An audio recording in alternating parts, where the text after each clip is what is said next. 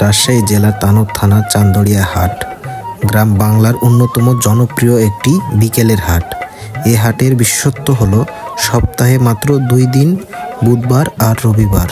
হাটবার এলেই আশেপাশের গ্রামের মানুষজন দুপুরের পর থেকেই ভিড় জমাতে শুরু করে। চান্দড়িয়া হাটে আপনি পাবেন গ্রামীণ জীবনের সব রং। কারো হাতে টাটকা সবজি, কারো ঝুড়িতে দেশি মাছ, আবার কেউ এসেছে হাঁস, মুরগি বা ডিম বিক্রি করতে। কৃষকেরা সকালে ক্ষেত থেকে সবজি তুলে এনে বিকেলে এই হাটে নিয়ে আসে, তাই সবই থাকে একদম ফ্রেশ।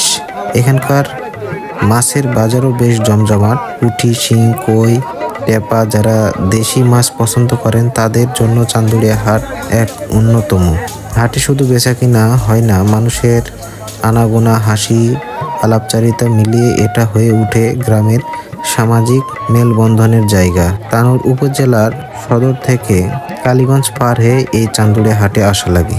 বুধবার আর রবিবারের এই বিকেলের হাট, চান্দড়িয়া হাট, গ্রামের অর্থনীতি, মানুষের স্বপ্ন আর জীবনের গল্পগুলোকে একসঙ্গে বেঁধে রাখে। আজকের ভিডিওতে আপনাদের সামনে সেই প্রাণবন্ত হাটের কিছু বাস্তব দৃশ্য